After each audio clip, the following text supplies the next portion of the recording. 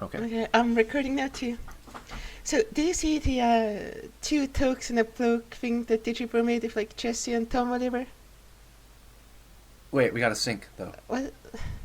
Okay, We okay, got we got we gotta we gotta sync our audio files. okay. How do we sync our Okay. audio files?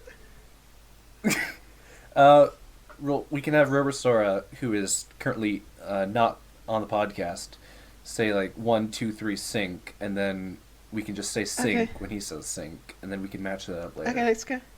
Are you ready? Okay. Sync. Sync. Uh, Let's do it again. okay, let's say it again. Sync. Sync. Oh, I was way off. Okay, that's good. That's good enough. Whatever. Oh yeah, like anyway. Anyways, you saw the two tokes and a bloke video, Yeah, I did. and I don't remember what it was about, but I'll remember if uh, you say something. Jesse mentioned the hypernormalization documentary, right? The what documentary? The one that's called hypernormalization, and then like TJ and Tom were like, yeah, we're doomers, we'd get it, you know, like Nate wouldn't get it, but we would get it, you know? I don't know what documentary you're mentioning. Sorry. I don't know. I don't know. I don't know if you're just like saying it in a weird way, but I can't tell what word you're It's talking hyper as in like hyper, and normalization as in normalization. They're like one word, hypernormalization. I have no idea. It's the one. But what was it? What was the documentary about? I mean, Jesse said it was If it about was about- everything, like went from the Soviet Union to like the Middle East and stuff. Yeah. Yeah. Anyway, like the documentary basically went over how the governments of the 20th century have created like this illusory reality where problems are reduced to like simplistic answers, so that there could be like a solution to them, right? So instead Yeah. of having like a complex framework of issues, there are these like simple issues with simple solutions, right? Yeah. So like it's like they like invented Gaddafi, so there would be like some villain to fight, even though Gaddafi himself was just like a literal who, you know.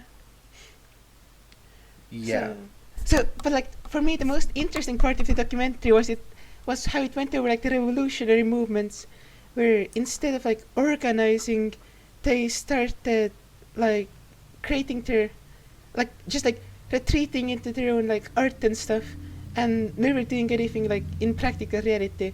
So what it amounted to was that instead of any like tangible resistance to like any policies, it was just like this counterculture that like took like a disdaining view of like the normal culture. So it's just basically people yelling at normies like 40 years back, but like in like a more sophisticated way, right? Incredible. Yeah, but like ultimately the result of that is that like the radical movements just died.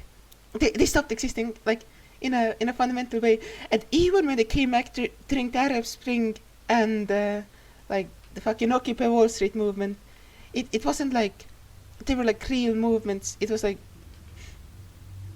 they were kind of like these like fake movements again, because instead of trying to accomplish like actual goals, they just wanted to have a movement, and they wanted to like make things better without knowing how they can make things better, right? Oh, just like blowing hot air, just to try and look busy, I guess. Basically, yeah. They were just like, Oh oh, no. we have this oppressive regime, we want change. What change? No one knows, we just want change, you know, in both cases. Yeah. So what ultimately ended up happening is that it went from like this passivity to these movements that weren't like accomplishing anything.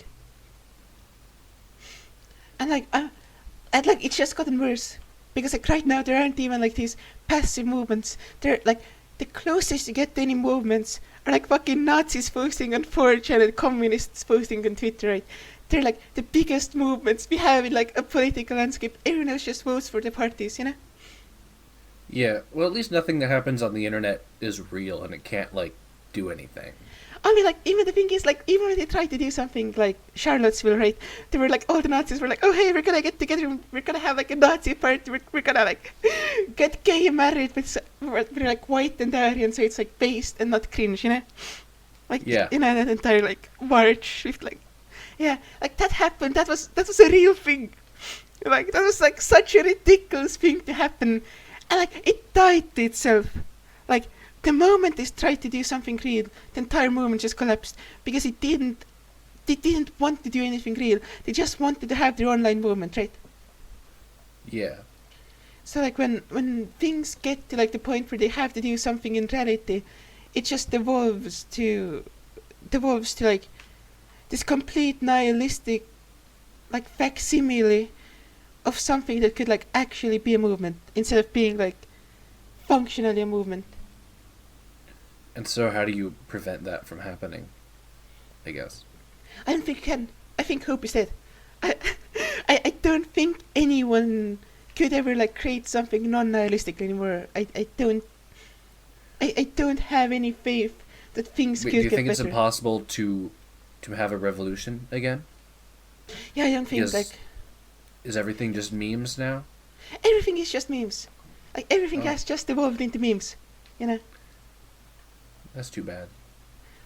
like there could be like social change in the future if people like stop feeling this persistent hopelessness and nihilism. But it's like a serpent that eats its own tail, you know, because the more hopeless you feel, the more hopeless you're gonna act, you know, and like that like every step in that direction extinguishes any rational hope that anyone could have, you know. So it just gets more and more Yeah. reasonable to be hopeless the more hopeless people are.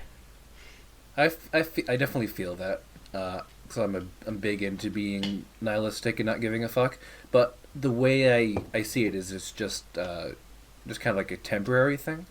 I'm always like planning like, if things get fucked, then I'll start doing something about it. But I have no idea like what I would actually do.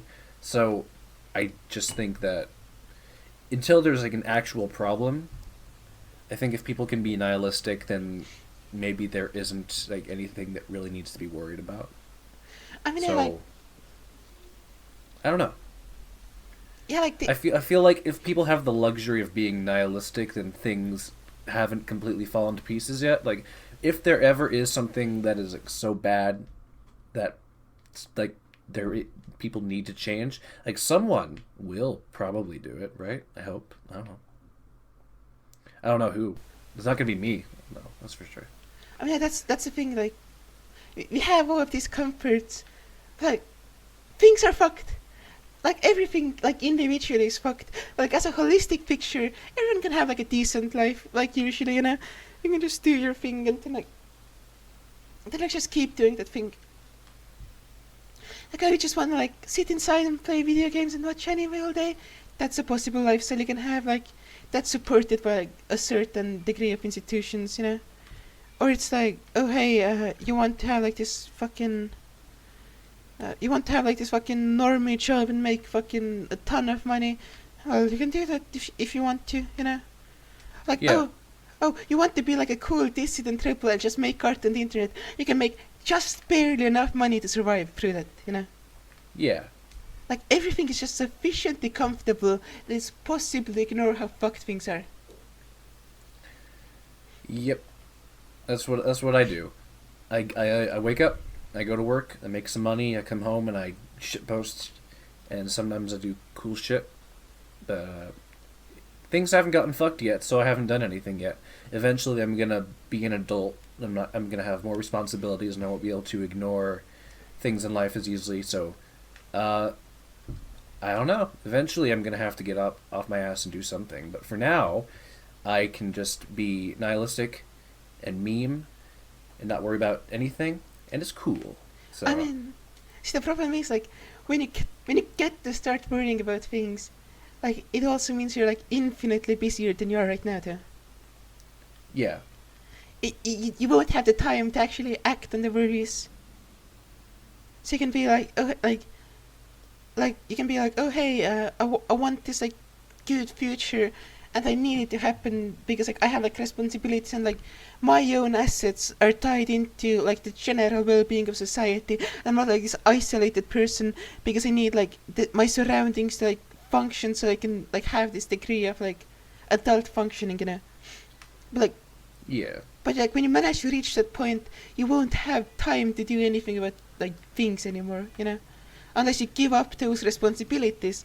Like at that point, you can't protect them, and that's like another like self-enforcing loop, where the only people who like have a stake in society are too occupied to act on having that stake. Yeah. I think I see what you mean. Like I could just be I could just wait until things get bad to try and fix it, but the only way I'll ever actually be able to fix anything is if I start now. So, I mean, I try and stay like semi-responsible. Like I try and I put money away. I try not to like buy a ton of bullshit, and I like think about what I'm gonna do later on in life. I just don't worry about it a ton. Yeah. So I don't know how that's gonna work out once I turn like say 30 or so. I don't know when I'm gonna get kicked out of the house. I don't know if I eventually have to start paying rent to my parents. Uh, Not like I can't. Not like I don't have options to make money and not be a useless bum around the house. So I don't think I have too much to worry about, but definitely be worrying, because if you don't worry, then you'll be caught out in the cold when the shit comes in. I mean, like, so the thing is, like, I, I have like so many fallbacks, you know. I have like fallbacks upon fallbacks upon fallbacks. Like at the core, I know I can just be a NEET for like as long as I want to be a NEET, basically right now. Like I can just Yeah. like keep being a NEET and just like do like fucking dumb art projects like every day and like just work on them slowly, you know. I don't have to like worry about like anything else really. Yeah, just live off beans and oatmeal and rice, I and mean, sometimes make something. I'm not just living off of beans and oatmeal and rice. Well, like, yeah, but Yeah. like potentially. Yeah. Like Like even you in the just gotta take care of the bare minimums, and Yeah. then just find something to keep from getting too bored, and then work from there, potentially. yeah. It's like okay, like on like a usual day, I like do so much. Well, depending on like when the day is, because sometimes I'm just like, okay, I don't want to do anything. I'm just gonna like waste like some degree of months and like absolutely nothing. Then I don't even remember those months afterwards, you know. Like usually it's like, Mhm. oh, I just like do like this absurd amount of things like just like on a consistent basis, you know. Yeah, Like oh hey, I'm just staying busy is the only way to stay sane. yeah. I mean, like right now, I haven't talked to like a real life human in like in like a week, I guess, because I'm in quarantine in a different city than the rest of my family. Oh no, So I'm my city hasn't gotten quarantined yet, so I don't have to worry about that yet. There are a lot less people outside because they're recommending that you stop going outside and that you stay in your house. But I don't have to deal with a full blown quarantine yet. I I'm mean, guessing that'll there's not a probably happen full-blown- sooner or later. So I don't know. I mean, there's not a full blown quarantine. It's just like, there's a non-zero chance that I have coronavirus right now. So yeah, I'm not gonna go outside. I probably definitely might have it. Yeah. Like maybe I got it from one of the packages at work or something, or somebody at work. I don't know. I'll find out. Yeah, like right, like I got sick like a week ago, and I had to stay in bed for a few days, and my lungs haven't stopped hurting, and I might have Oh, coronavirus. you're gonna die. Yep. You're gonna die. If it doesn't go over in like a few weeks, I'm gonna like call a doctor. I'm gonna. Well, or if it gets worse. maybe though you should stick with the theme of the podcast and take care of it now, because once it gets really bad, you won't be able to do anything about it. I mean, no, the thing Like is, that's the reason why everything is so fucked, because like people think about the coronavirus, but they don't like start preparing for everything. I mean, And I so it started. spreads, and people like if everyone quarantines themselves now, then nothing bad would happen. Or if everyone had started quarantining themselves like 3 months ago, then we probably could have avoided this. But at the same time, like say 3 months ago, no one had any idea how fucked shit was. So Yeah, I mean, It's like you want to prepare for something, but if you prepare too well, then nothing bad will ever happen, and you'll look like an idiot for preparing for nothing. But if you don't prepare, you're dead, and that's life. see, the thing is, like, I haven't come into contact with like any foreign nationals. I can't get like coronavirus tests anyway, and I'm like not in a risk group, so I probably wouldn't like even be Well, you could considered. get it from anyone. You get it in your mail potentially, Yeah, or yeah, I if you know. touch something, or if you go out and forget to some food, you never know. It's scary. Yeah, yeah, I know. It's just like the qualifications for getting the test is like being in contact with someone who has the coronavirus or like being in a risk group. Like they don't just give tests to like relatively healthy young people, you know. Yeah. Like I wouldn't qualify anyway, and I'm just gonna stay inside and like minimize my contact with the outside world and like just quarantine myself, and it's probably gonna be okay. Like even if I never went outside and if I never went to the store and to get like fucking fresh food, I prepared like a month ago. I got like all this fucking canned food because I knew it was gonna get bad. Like the moment it came into Italy, I was like, yep, we're gonna get fucked, and then I have like an entire box of canned food. Yeah, I'm pretty prepared for that as well. Like, if, say, I were not allowed to leave my house right now, I would be completely okay. I've got, like, an big old case of Huel that I bought a few months ago, back when I tried to get into it and didn't, so I can fall back on that if I have to. There are beans, there are rice, there's oatmeal, there's whatever. It's like, I'm not worried. I just don't want to have to be stuck in my house, potentially, if that's where it goes to. Because that's not cool. Like, as fun as it is to be a NEET, eventually you go crazy. Yeah, I know. Like And you start killing people. And all of a sudden, there's no one left. Yeah. No. You don't want to be homestuck. No. Yeah, like I know shit is fucked. Like over here, we actually like the infection seemed to be going down because like the moment it hit, we were like, yep, we're just gonna close everything down. So you're in Italy, right? No, I'm in Estonia. Italy's fucked. Italy's fucked. Yeah, I don't know. I have no idea what's going on over there, but Italy's super fucked. Yeah, we had like 100 cases or something, and then the government was like, yep, we're gonna shut everything down and declare a state of emergency.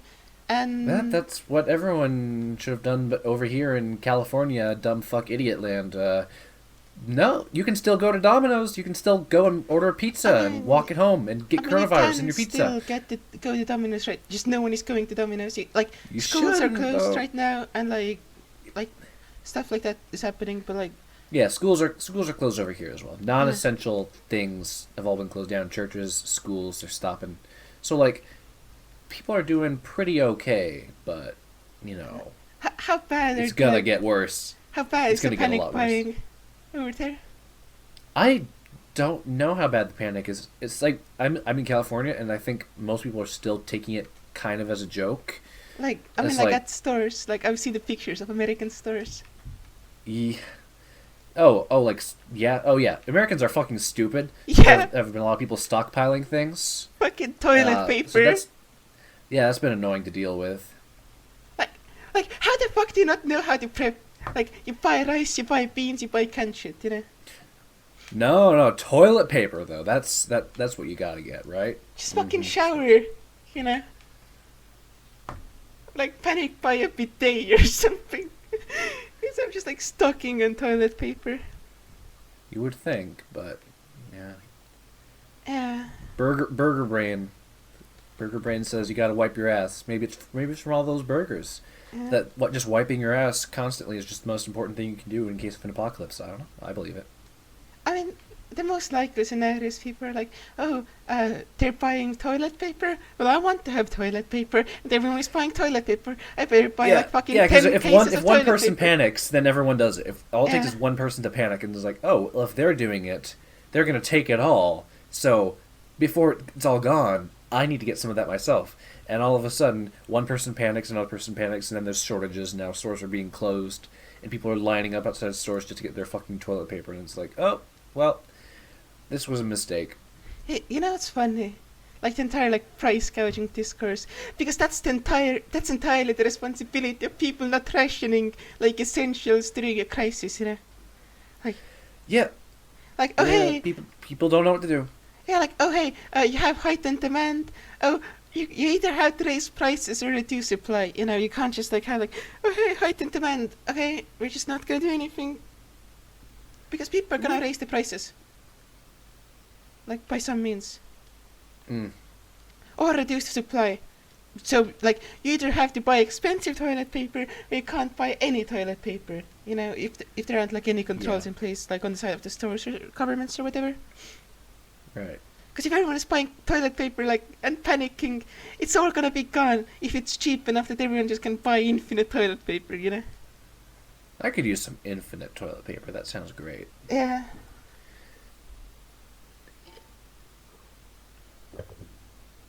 Yeah, anyway. I think infinite toilet paper is just called a shower, though. I mean, it's called a shower.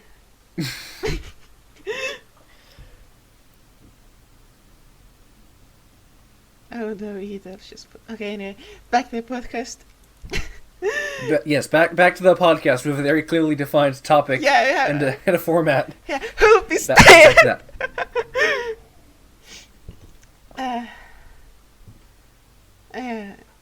Like, same thing with the coronavirus too. Like, no, like, people, like, you know who's hoping that things are gonna get better? Who? It's the fucking boomers, it's the fucking millennials, it's the fucking Gen X. Have you ever seen like a Zoomer take on coronavirus? It's like, oh hey, it's gonna get better, and there's not gonna be like any repercussions for this. Like even like the most fucking brainless Zoomers are like, yeah, we're gonna like get infected anyway, so we're gonna go party and spread the virus even more, you know? Like the most retarded they get is seeing the coronavirus as something that's inevitable and that they can't surpass, so they just might go on with their lives, you know? Yep, that's the nihilism meme coming back to bite you in the ass again. Yeah, because like it's not like the people. Like, on one hand, the coronavirus is really, really funny in concept, so sometimes it's like hard to take seriously, but like some fucking idiot ate a bat in China, and now everyone in the world is sick and locked inside their house. And there are tons of memes about it, because obviously there are tons of memes about it. And it's like, what do you do at this point, huh? What are you supposed to do with the coronavirus? It's really funny. It even has a funny name. Wait, it does have a funny name. People are gonna. It's the beer virus, guys. We drank too much beer and we brought the apocalypse upon us. It's like Godzilla. Oh, have you seen how like Corona has like had lesser sales due to the coronavirus? The only way to defeat Corona is if we dump billions and billions of gallons of alcohol into the ocean. Yeah. And then she'll return to the ocean. Then we can bomb the shit out of her like Godzilla. And the world will be saved. That's the only thing we can do to stop coronavirus. Okay. To me, the funnier Revenge of the Bat is funny. It's really funny. Like, oh hey, Bat's gonna like come back and like just fucking kill us, you know? They've had enough of being eaten. Like, also the bioweapon is kind of funny. Like, just thinking that someone fucked up so colossally that they unleashed a bioweapon just accidentally. Oh yeah. Like whether it's a conspiracy or not, that's great as well. Everyone likes that. And everyone's even better meme. Like, China is pushing it like, oh hey, the US had like a fucking bioweapon, and the US like, oh hey, it's actually China's fault, and they're not gonna say it is a bioweapon, but it's gonna like imply that it kinda is a bioweapon, you know? And or people are getting mad about it being called the China virus when it originated in China. I don't know. Pretty crazy. Oh yeah, like it's funny how people are gonna be like people are already being like, oh hey, we can't have international trade anymore because like, oh hey, look at you have a virus, and now Chinese stuff is like taken away, and now the stock market is down, and you can't have the stock market go down. It's China's fault. You have to like do protectionism, you know. Like shit's fucked. It's like it's so fucking stupid. Like, oh, you have had a fucking 12-year long like fucking boom. There was gonna be a bust eventually, and now you're gonna fucking blame China on having the most retarded possible fucking global economic system. Like, oh hey, we're just gonna create this entire fucking system where we're gonna try to like achieve economic expansion with like every retarded means in the book You know, it's like, oh, we're gonna like keep printing money and we're gonna keep like doing fucking banking schemes. And it's gonna make the numbers go up and we're gonna have like more economic growth. And then eventually it just crashes. Like it happens every time. It's just Like what? We can't run out of numbers, can we? There's no Yeah. way that capitalism can fail. There's no way that you can't just keep on going up, right? yeah, like this has been happening for 100 years. Like 100 years, and no one is gonna like, hey, maybe the problem could be with the entire fucking like credit system and the way that fucking businesses operate on fucking debt and fucking inflationary currency. It can't be that maybe there's an inherent problem with trying to achieve permanent sustained growth in a fucking capitalist economy. Like, no, neither of those could be. Yep. Nope. Can't happen. You gotta get money. Yeah, Get money. It's gonna Get money. yeah. Get money. Get money. Get money. Get money. Get money. Get money. Get money. Get money. Get money. Get money. Get money. Get money. Get money. Get money. Get money. Get money. And it's worked, right? Totally. Yeah. No, Like no problems here. like it's simple. You print money, you give that money to the banks give the money to businesses, right? And they're just gonna get infinite make expansion. more money, guys. Just make There's more money. No problem. The capitalism can keep going just like fucking fine as long as you keep printing more money, right? I don't see any problems with that. Nope. And you know what the original fucking justification for printing money was? Like What? Like this like I fucking hate libertarians right now because they've been posting shitty coronavirus takes on Twitter. Like I think this is like one of the more solid parts of their theory, where the original reason for like inflationary policies was literally that people thought like, oh hey, if we don't print money, people are gonna see their wages like stay the same and prices are gonna go down. But like they're not gonna like, buy more things because they think they're not getting any more money because the number is the same, you know. So you have to make their wage number go up. Yeah, that was literally. What's that? I mean, I guess I kind of understand that, but that's really stupid. I mean, It is. do they just expect that people want a raise every year, so Basically. they just have to make? I guess it seems like it's backfired, though. I don't know. I mean, well, like it doesn't even make sense. It's like everyone's gonna like whenever someone says like, "Hey, deflation is good," actually, you have like a million people coming out from the woodwork saying like, "No, that's the worst thing ever. You don't want to do that. People will hoard money and like not spend money always every time. Oh, we're not gonna have permanent economic growth because people are gonna like stop spending money all the time. Oh no, what if people like prices will just go down if money is worth less or more. Yeah. But if money is worth more, prices will just go down, right? Yeah. Because if they don't, people won't buy anything. So like, if the people like panic response, then the market will have to like meet it in the middle. So like, what's the worst thing that could happen? I mean, I don't know. they like literally think Nothing. people will just hoard money and not like invest in anything, even though like it's just completely unrealistic. That like, okay, when deflation happens, it's inherently tied to like the growth of the economy, right? So if you Yeah. invest in the stock market or if you invest in money, those would end up with the same results under like a deflationary policy. Except if you invest in the stock market and if you like invest in actual businesses that will perform above the means, like in every hypothetical situation, you'll be better off investing, right? You just can't invest in the entire market. Economics at all. I don't know. I'm drunk right now, rambling. This is not like actual economic science. It's like my entry level. It's not like an entry level conception. This is my conception of economics 3 years or after having forgotten like all economic theory that I fucking tried to learn way back.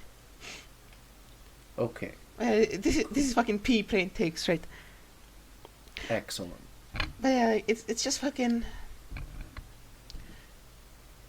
Yeah, it's just we're running this shitty system where we just want more growth, when you could like why do you need more fucking why do you need the Dow Jones to have a bigger number right now, right? Like that shouldn't be the core for economic like functioning. But like right now, every single piece of human advancement is again reduced to like this nihilistic simplicity where people are gonna be materially better off if this one fucking Dow Jones number is bigger. If the Dow Jones number goes down, people are gonna starve and lose their jobs and get evicted, and there's gonna be a crisis. You know, like there's no actual reason why that has to be that way. You know, there's nothing that makes that like an ideal or preferred form of functioning. Yeah, it's just like I think all the numbers are just reflections of what the market is. So if there's a problem with that, go and try and fix the market. I don't know. Yeah. I don't know. Like, But the number went down. That's bad. yeah, you have to That's bad. panic. Yeah, you just have to panic. Numbers got to go up. Otherwise, they aren't cool. Yeah. I mean, Boundless growth with boundless inflation without any stopping. Is it based or is it cringe? I get the conception of P, right? It's just like, oh, hey, we're just gonna have the number go up forever, and then we're gonna like reach an ideal. Because like I fucking play the shit out of clicker games, you know. I'm just like, okay, I'm just gonna click that cookie, you know. The cookie's gonna get clicked, you know. Like basing your economy off the principles of cookie clicker is fucking retarded.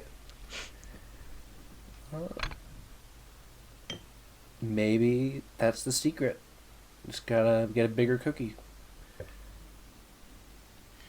Yeah, like, yeah, we're just gonna have like a never-ending economic boom when we get the asteroid mining, you know. Any day now, we're just gonna start mining asteroids, and then we can like supersede every problem of boundless growth, because we'll have infinite resources. We can conquer the asteroid belt, and like, that's not gonna happen, like in our lifetimes, like realistically speaking. No, probably not. Like when someone does that, they're gonna have more resources than like anyone on the planet will, because there's a ton of shit in asteroids, you know, and it's like there are clumps of like dust and rocks, you know. They're not like hard to mine, and you don't have to like put in the effort into getting like the resources out of asteroids. But like it's not like asteroid mining is like practically tenable right now. We can just barely get to asteroids. We can just barely fly a craft out to an asteroid right now, and we can just barely bring a tiny bit of asteroid back. In like 20 years, maybe we can bring like a slightly bigger part of an asteroid back. And then maybe sounds good to me. Yeah, and like there's eventually gonna be a point where if it don't die out before, then we can just get like a ton of stuff from asteroids and bring it back there and have like raw materials to do like things. Maybe that'll be the next big thing. Asteroid economic stuff. I mean, the next big thing is gonna be automation. Asteroids are gonna come after automation, maybe. Maybe we can automate the asteroids to fall to Earth. Sounds good. I mean, if we're gonna need like automation to mine asteroids, because you can't have like humans mining asteroids like realistically. So they will have to like be mined by automated means. But it's like transporting stuff from asteroids to Earth is actually pretty easy. It's just like how do you land the fall? It's basically all it's about, you know. Yep. And they probably just like do it by like putting them in like a space shuttle and then like bringing the space shuttle back to Earth on like a good landing thing with like a heat shield or whatever. Like it's not even like a non-solved question. It's just like you just have to like calculate it. Like we have every piece of technology that we need to mine asteroids. If like the US and China decided, hey, we're gonna put our collective resources into mining asteroids instead of like doing anything else, we could mine asteroids like next year, you know. What we should try doing is try dropping them in the ocean, and then we go dig them up. I mean, that'd be pretty cool. I mean, that's kind of like it can make safe, controlled landings of objects from space. You don't even need to drop them into an ocean. You can just drop them into like a desert. That's gonna be fine. Yeah. If you like sounds calculate good. It right. And then you can just like it wouldn't be probably dropping full asteroids. You'd probably be dropping like parts of asteroids. But yeah. Yeah. We could nuke them. That would probably be pretty helpful. You never know. Yeah, prevent them from. Yeah. You have to get like a scrappy hero on a nuke into fucking trajectory of asteroid to prevent a collision and save the entire Earth. Like a firefighter or something. That would be cool. Yeah, what you do is you send nukes out into space with magnets on them. And so the nukes magnetize to the asteroids in space and they stick. And then you pull the asteroids back down and the nukes stick to them. And once they get over a city or something, then you just nuke it, and it explodes into little pebbles, and it doesn't break anything. Okay. Dude, That's how we're gonna mine the asteroids. Dude, you know what like fucks me up every time I think about it? Magnets in space. Magnets? How do they even work? And I wanna talk to the scientist. Motherfuckers lying and getting me pissed.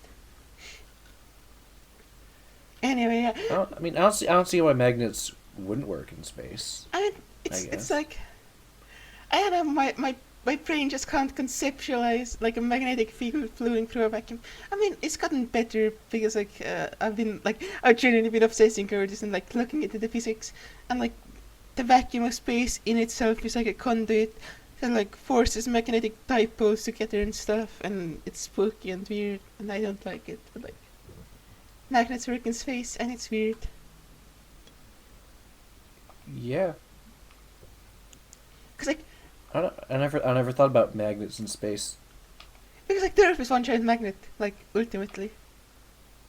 You know. Yeah, that's weird. That's weird. kind of weird. The fucking poles flip thing is also one of my favorite conspiracy theories. Like, okay, the poles are gonna flip and we're all gonna die, you know? Yes. Yeah. Who knows when they're gonna flip though? I mean, poles flipping won't have like any serious consequences. Like apocalyptic consequences, I think. I mean, they literally won't do it. Like, nothing will happen when poles flip. It's just gonna be like, it's gonna be a big thing, but it's not gonna be like a big thing, you know? Mm. Oh, have you heard of blood volcanism? Have I heard of what? Blood volcanism. No, I have not. Okay, so the Earth has like a multi-layered core, right? With like the hottest Yes. stuff in the middle. But conceptually, this is not proven science, but I think it's true, so I'm gonna act like it's true, right? Conceptually, the hottest stuff could basically come towards the surface and like bomb it from below the Earth, turning an entire section of the world into like a volcanic plain. And if that happens in the ocean, that can like destroy like most ocean life on the planet and like reduce drastically like oxygen production. Or if it happens in like a landmass, you can just like transform an entire giant area of land into like hell on Earth. Or maybe you could create a whole new continent. It If you kinda just- maybe- can. maybe- I think conceptually Hawaii is created through these means. Yeah, Hawaii is just like a volcano. Yeah. Maybe if you had like a super huge, massive volcano, you could just create a new continent. That sounds fun. Yeah. I mean, it's It's worth a shot. not theoretically impossible, I guess. Like it's gonna like if blood volcanism is real, that's gonna be like the easiest way to kill all of humanity. Oh yeah, let's just nuke Yellowstone. I mean, Yellowstone isn't gonna create blood volcanism. Blood volcanism is a fucking 1,000 times Yellowstone, or like a 10,000 times Yellowstone. No. Like it literally. Okay, Something. imagine like the entirety of California turning into like an entire volcanic fucking wasteland, like literal hell on earth. Like Sounds like California.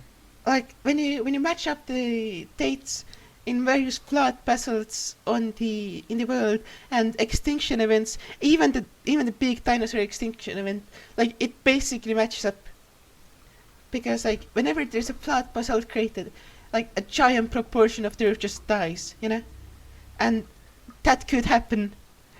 And the best theory for why that happens is blood volcanism, where an entire section of the planet just transforms into hell, basically. Fantastic. Yeah. And that could kill all of us. And it's just gonna be the Earth just exacting its revenge. And like it's just like nukes are nothing. Yellowstone is nothing. Even fucking asteroids, nothing. An asteroid impact won't kill nearly as many of us as blood volcanism would. Because like only the really really big asteroids are like actually scary.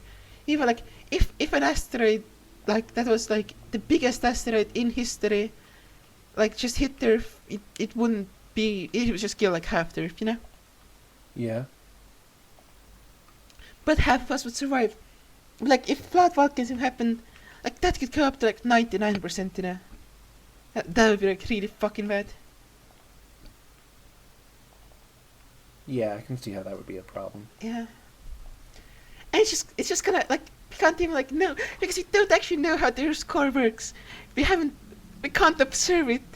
It's like this giant mystery underneath us. Like even though we have like a pretty good theory of how it works, it's not like complete. Oh, the magnetic field could also die any day, because the moon had a magnetic field. I think Mars had a magnetic field. I think Venus still might have a magnetic field, or just a thick enough atmosphere. It doesn't matter.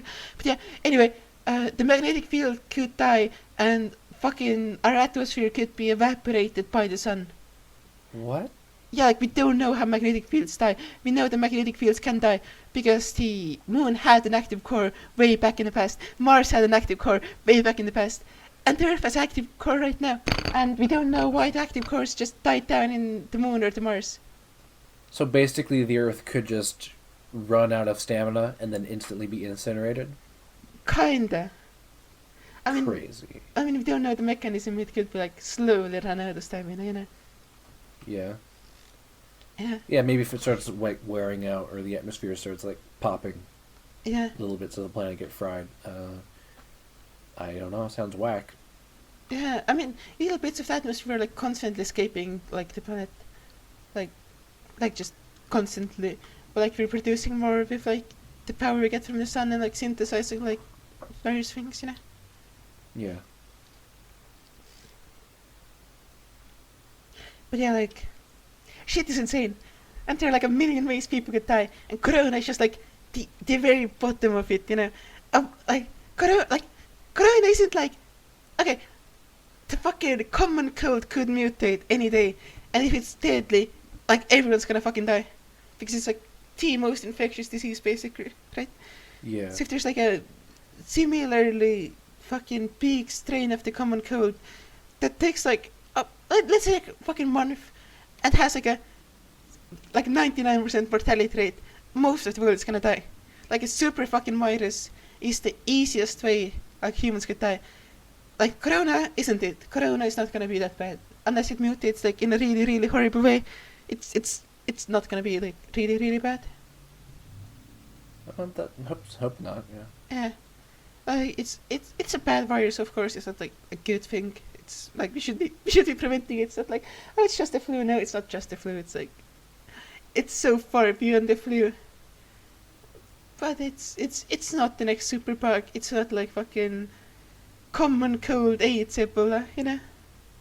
Yeah.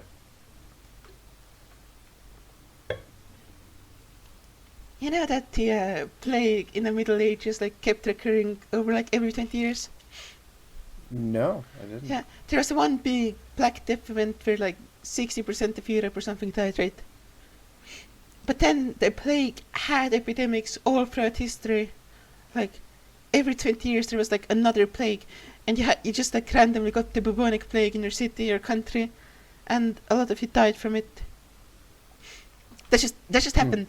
And the same thing could happen with Corona right now if we can't find the vaccine. We could just have a Corona outbreak every like 10 years or every 20 years. Just randomly just get hit by Corona again. Oh no, the economy shut down again. Oh no, the capitalist fucking system can't just constantly force everyone to work themselves to death. Because they have to stay at home because otherwise everyone's gonna fucking die from a disease, you know? Because you can't ever fully eliminate the virus, you know? And there's always going to be a risk that there's going to be another outbreak. You can mitigate it enough that it's not a pandemic, but you can't like ever truly get rid of a virus. And it's already a pandemic, so what do you do? Yep. And it's going to come back in the future if we don't have a vaccine. Corona 2.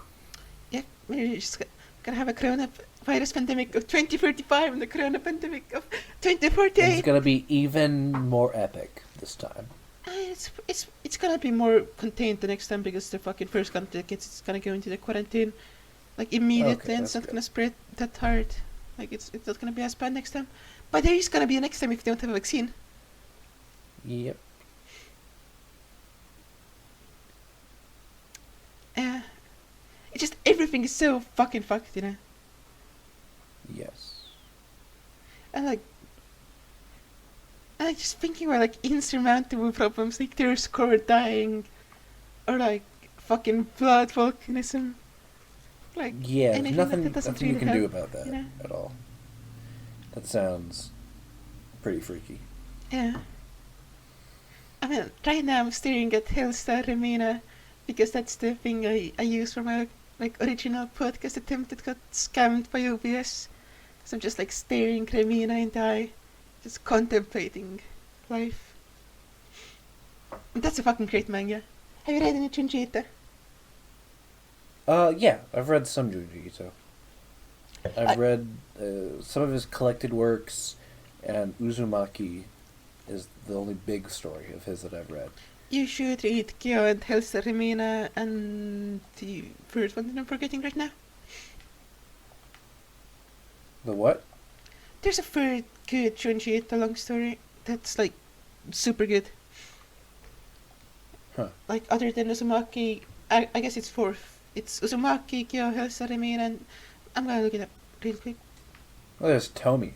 That's one of the Tomi his isn't longer like really a ones. story. Tomi is like a collection of events, you know. Huh. Like there are Tomi stories, but there's like no singular Tomi story, you know. Oh, I see.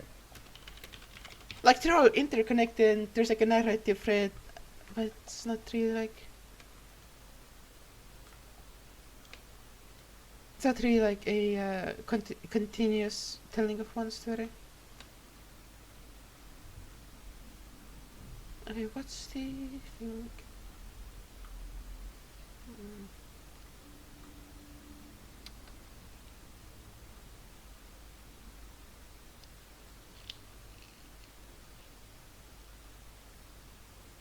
I can't find the other.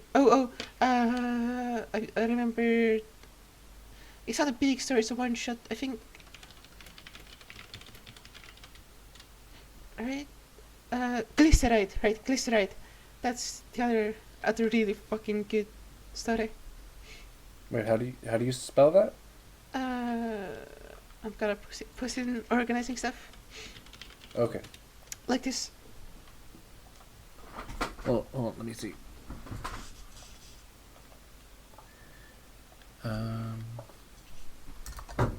Gotta tab over to. Oh, okay. I'll check that out. Yeah. Also, are you playing Dark Souls 3 right now? Yes, I am. I'm working my way through Bloodborne. Nice. I beat Bloodstarved Beast a few days ago. Are you doing it for your first time? Yeah, I'm doing it for the first time. Nice. It's a pretty I have PlayStation now kick-ass game. because I had a friend get me PlayStation now because I can't get it because I live in a second world country and they don't pander to us and I can't buy a PlayStation now here. Yeah. Yeah. But yeah, anyway, I can play Bloodborne and I beat Bloodstarved Beast and now I have to like get to the Viker, but like I can't fucking find the Viker. Just like kind of like running around and trying to figure out where to go. Yeah, if you like fucking crazy brain bending shit, Bloodborne's the place to go. There's a lot of cool stuff in Bloodborne. It's basically just my vibe, like Shinji the Bloodborne, you know, that kind of stuff. Yeah, Junji ties back into the entire theme of hopelessness, full circle. We have a consistent theme. We have like one single thread. Nice.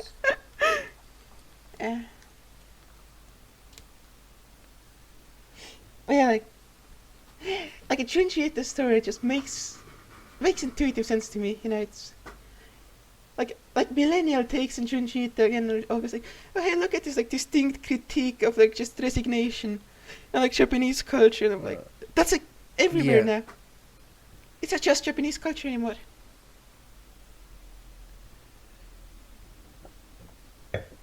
Because like Junji Ito's work is like ultimately dependent on like resigning yourself to your fucking own demise, which is why like the Enigmara fault or whatever is like the most popular one, I think. Like it's at least it's like the most widespread one. Yeah, it was a meme for a while. I think it's because it's unavoidable. the cool shit Yeah. is the stuff that like can't stop can't stop thinking about it, can't stop wanting to touch it or whatever. Like yeah. Yeah, but like that's literally every Junjito story. It's just like that's like the most overt example of like that entire narrative, you Yeah. know? That's at that point it's like personal and unavoidable. Where every other Junjito story is like an unavoidable process that people are just like stuck in, you know? I the fucking final panels of any like the Enigma. I don't like the Enigma Falls story that much. It's a good story. But, like the only part of it like that makes it like truly worthwhile for me are like the final panels, which are like really fucking good. Yeah, definitely.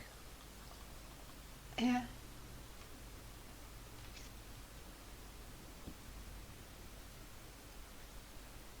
I'm my fucking Trial of the Golden Witch book is probably gonna be available tomorrow. Oh, cool. I might check it out. But, I think I would have. yeah. I think I would want to go read through. I mean, I want to go listen through every album before I read anything about it. So maybe I'll go do that. I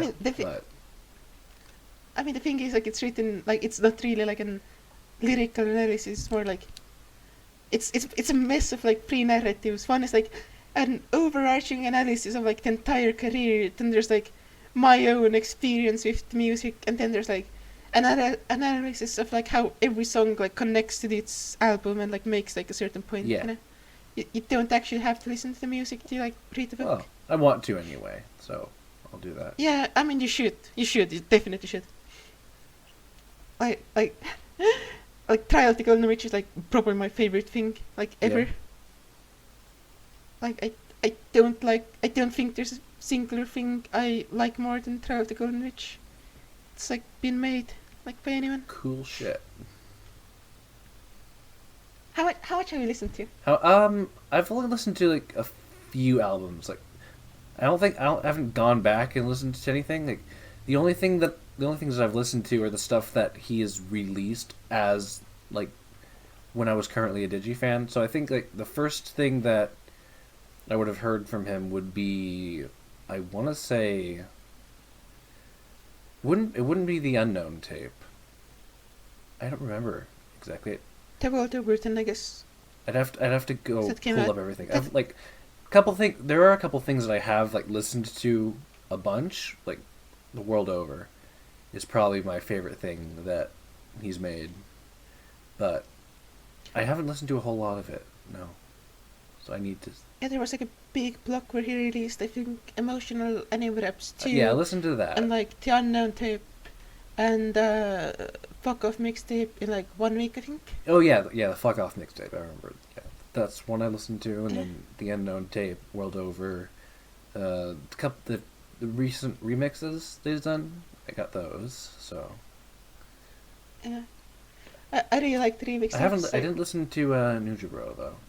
Probably should. You should listen to New Jabro. Okay, Old School Underground remix tape is like, if it comes to like an inherent quality, I think Old School Underground is like the superior remix tape, you know? Yeah. But when it comes to like, just like emotional depth, fucking New Jabro beats it out 10 out of 10 times. Yeah, I Like, should go it's- listen to that. Yeah, it's good. I mean, the thing is, it's hard to like quantify New Jabra Yeah. because it's like, You're the Voice of Autumn is perfect. It's like, okay, my only problem with Manic High Manic Low was that You're the One had like a weak delivery, right? Mhm. Which was like the centerpiece of half the album, you know. Yeah. So in New Jabra, he made a perfect version of that song, and it's probably one of my favorite like trial songs now, like of all time. Nice. Yeah. And then like Peaceland Paradise Kimchi Lane is also a banger. Like the rest of the album is good too. Yeah. Yeah. I really like trial like it's super hard for me like I think I said it before, I don't know. Oh, I said it in like the deleted podcast. I feel like whenever I'm consuming art, it like tires me, Yeah. you know. Like I can't really get into it it's like if I'm listening to music, oh, it's like a stamina bar is just like going down. Right. You know, when I'm like playing a video game, same thing. I just can't. I just can't consume things in like an unlimited way. The only thing I can just do is like just blast information into my brain, and that's that I can do forever. Mhm. You know. But like when it comes to trial, like I just inherently get it. You know. Yeah. It's just like how I would make music. That's how I want music to be, and it's like what I want art to be. You know. Yeah. If you can find one thing that just, like doesn't get old, and like something that scratches a specific itch, then that's the coolest thing. Yeah, like that's what Dark Souls 3 is for me. It's that one thing that I can Yeah.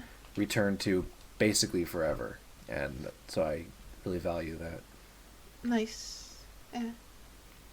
And it's a good thing to like return to. Yeah. Like I don't. I'm like slowly playing Dark Souls because I kind of gave up, and now I'm playing Bloodborne. But like, I like Bloodborne because it's fast. You know, I get to like. Yeah. It's fucking.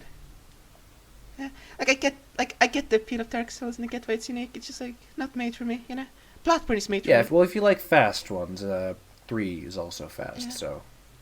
Yeah, 3 is the fastest one. Like I've heard. There's something Yeah, like, for I'm- everyone, I guess. I've probably listened to like every trial album except for like the new ones like at least 70 times or something. Yeah. So, I Like, don't think I've listened to anything. somewhere that I around like. that. There are like a few songs I've listened to like dozens of times, but I haven't been really listening to music for long enough to have like something like that with an album, I guess. Because I didn't listen to music basically at all growing up. I guess I just never. I don't know why, but I never really just got into it. So like even now I mean- as an adult, like finding things that I like, super difficult. In like every once in a while, I'll just find like a new album that I can just listen to over and over again. I like that with basically every Metallica album and the new Tool album. I can do that The with. first 3 Metallic albums are absolute fucking bangers. Yeah, they're good. I'm like a huge fan of like the recent stuff though. Like Which ones? like Load, Reload, Death Magnetic, and Hardwired Self Destruct. All those. Those are all decent. All of those are like Except Load. I groove Load's with them like on a Load's way good. more personal level than any of the first 4 though. It's just like Yeah, I mean, it's just I don't know, just my my style, I guess. yeah. It's irresistible, and I don't know I if mean, they're ever gonna make I- another album. I- But if they do, I'm gonna be hyped. I get why you would like the new style. I mean, I'm still gonna slightly judge you for liking Load. Oh, The rest are I've listened to completely Load way. Hold on, let me pull it up. I gotta see this because Load I think is one of the albums I've listened to just the most. Let me see. Load and Reload together make like my favorite pair of albums ever. Yeah, But let's see exactly like how it breaks down. I rate film on Load. Like, why do you like Load so much? Well, let's let's pull it up. Okay, so the Metallica song that I've listened to the most amount of times is "Bleeding Me" from Load. I've listened to that 115 times, and then Damn. same album, "The Outlaw Torn." I've listened to 102 times, and then it goes down into like something from Hardwired, 2 songs from Death Magnetic, and then more Load, more Death Magnetic, more Unload. Like the only song in my top, in my top 10 that I've listened to, like from the old albums, is Call of Cthulhu. Yeah. I just really like their later shit, I guess. Let me see if I can. I mean, get yeah. it. I mean, There we go. okay, what's special about Load? What's special about Load? It kicks ass. It's a lot of fun. It doesn't It's like, I mean, true. It is like one of the most fun Metallica albums, I guess. and it's just really, just got really stylish. Like I think of Load and Reload basically as like just one big album together. So if I just think about those together, Yeah. it's like, I Yeah. don't really know how I would describe it. It's just it's Yeah, my I mean, jam. like, It's, yeah, I think I just have like a way more doomer taste in music because like my favorite songs from Load are King Nothing and The House Jack Built. They're kind of doomer songs, you know. yeah. Like I like every song on Load and Reload, but some of them just really I can really dig into.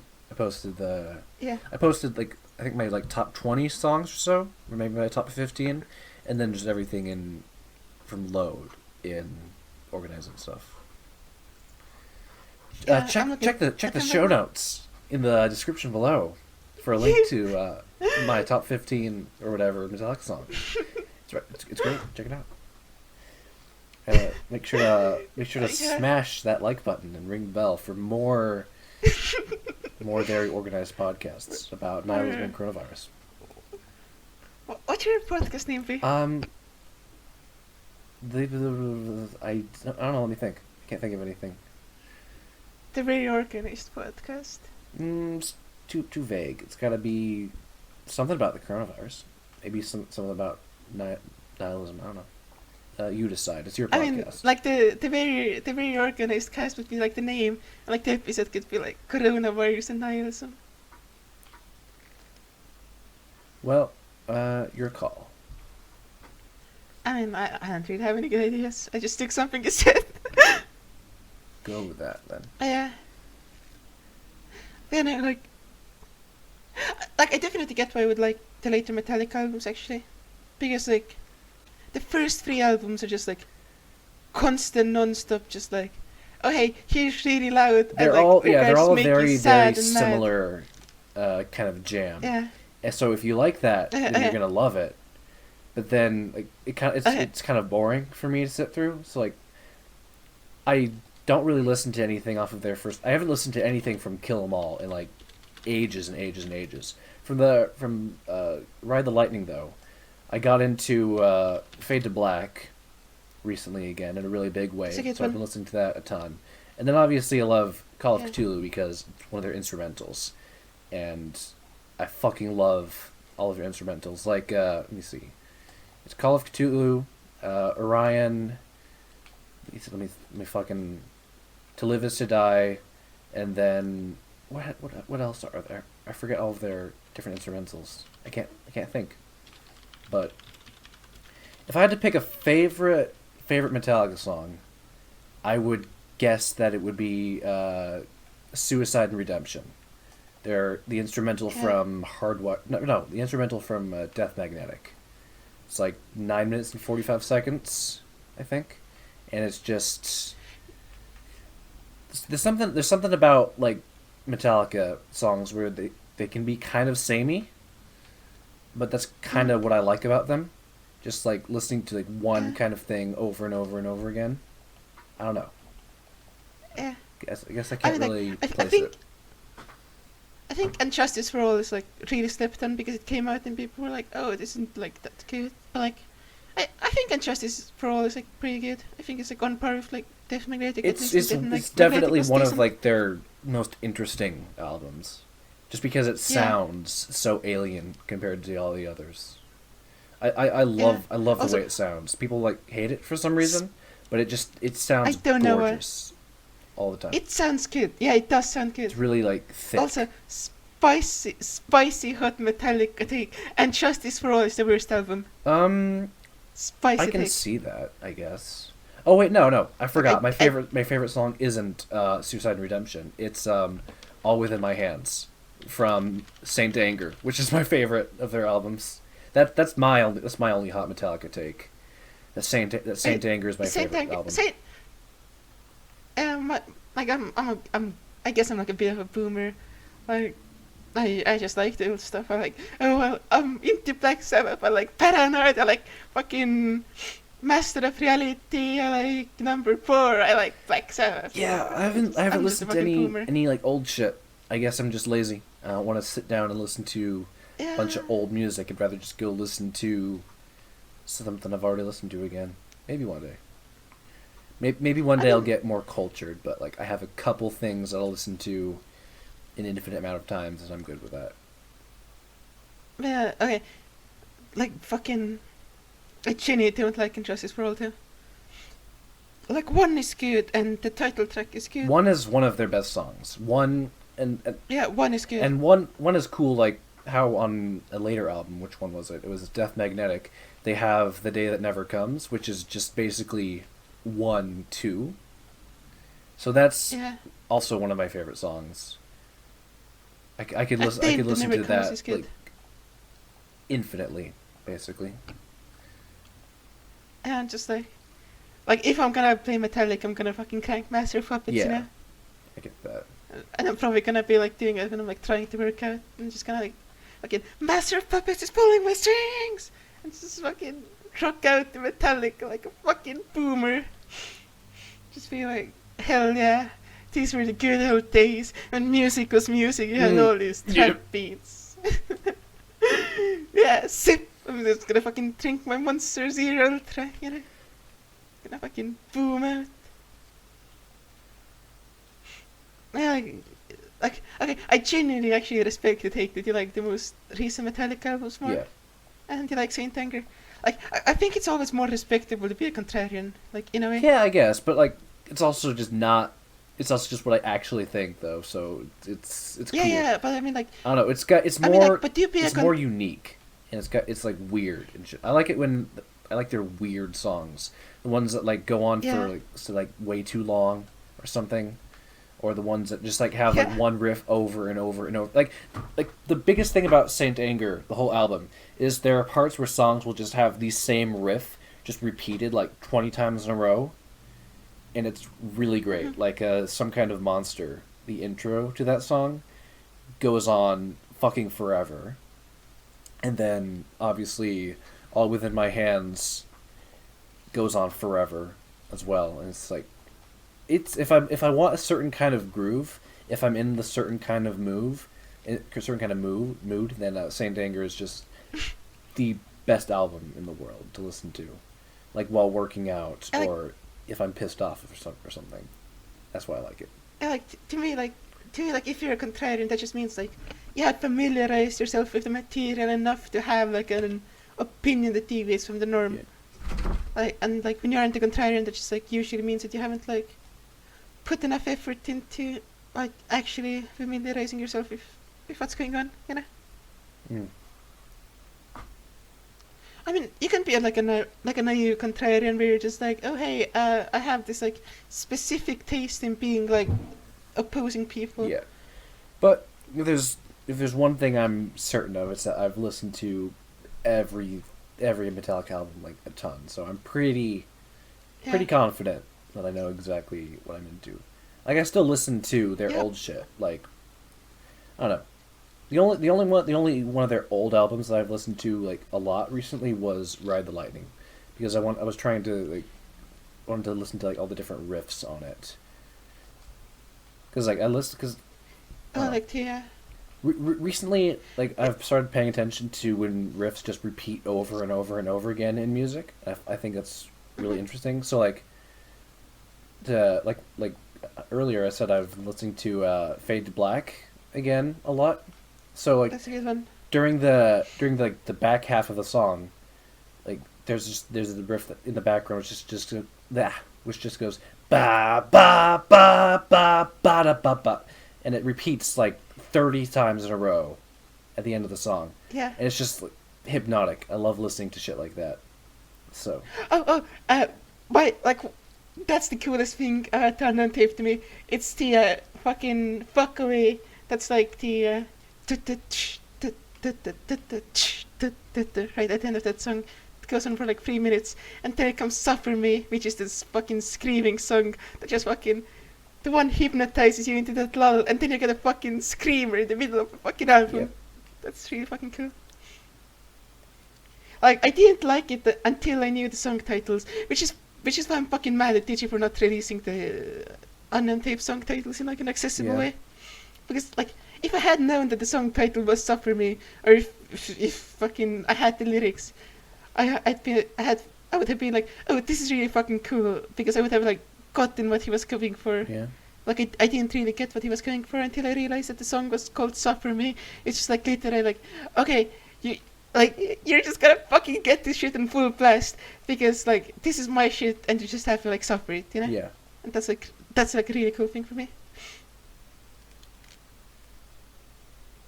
And like hypnotic stuff is cool too. Like I've zoned out at the end of the unknown tape like 50 times or something. Like it's genuinely like insane how I've listened to like every fucking trial album the shreds. Mhm. How many albums are there anyway? Okay. The ones that like the ones that came out after Pedro and Pedrock, and they're like real albums, aka the good ones, are 1, 2, 3, 4, 5, 6, 7, 8, 9, 10, 11, 12, 13, 14, 15, 17. 17? Okay. Yeah. I have all of them, like I've bought them or download them if they're free. It's very cool. How much? Oh fuck. Oh, I accidentally fucking just played unknown tape. So I guess it's good that I had Audacity, because otherwise it fucking blew out the eardrums of anyone listening with Well, the desktop audio. Why don't you edit it onto the end or the beginning or something? Because this has already been going over like over an hour already. So I don't know how long you want to keep this going on for. But I was pretty good about trial for a bit. I was just like trying to see how much. Oh, it's 6 hours of music right now. By now. nice. Yeah. And I've probably spent like, I mean, discounting the recent albums, it's more like 4.5 hours of music.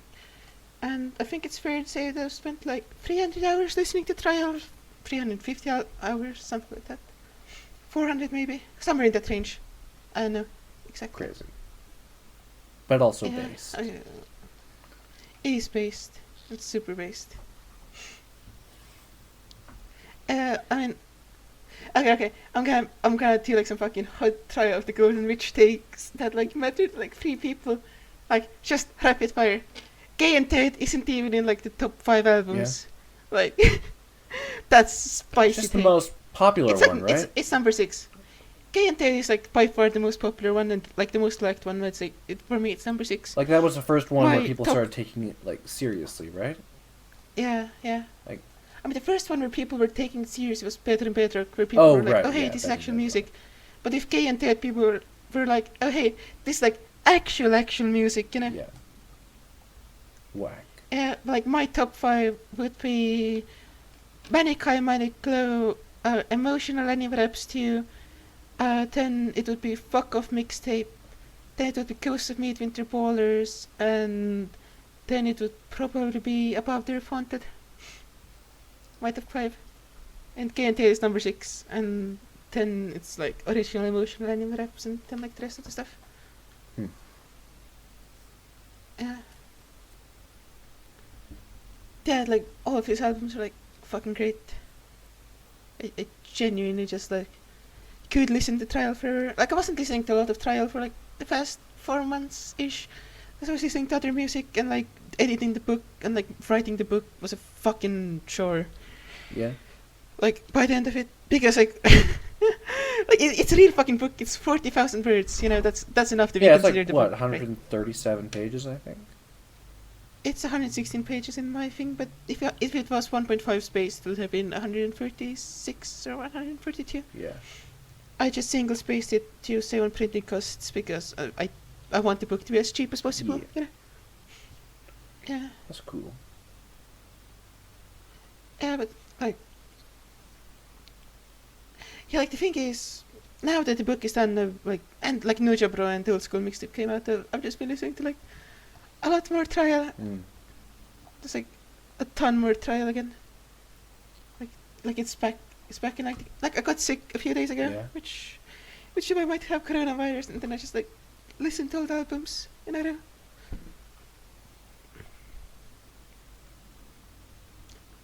also, I've recently gotten into, like, the last album I got into was 10 Gallons of Fuck, because I didn't think I was into it the first time I heard it, so I never, like, really went back to it, but then I went back to it and was like, oh shit, this is actually, like, a really good album. It just has, like, 3 really shitty songs that make up half the runtime. That's the only music I don't like that DJ has made. Like, those fucking, the 2 instrumental songs and the Run to the Hills cover, like, those are bad. The rest of the songs I like, just those 3 I dislike.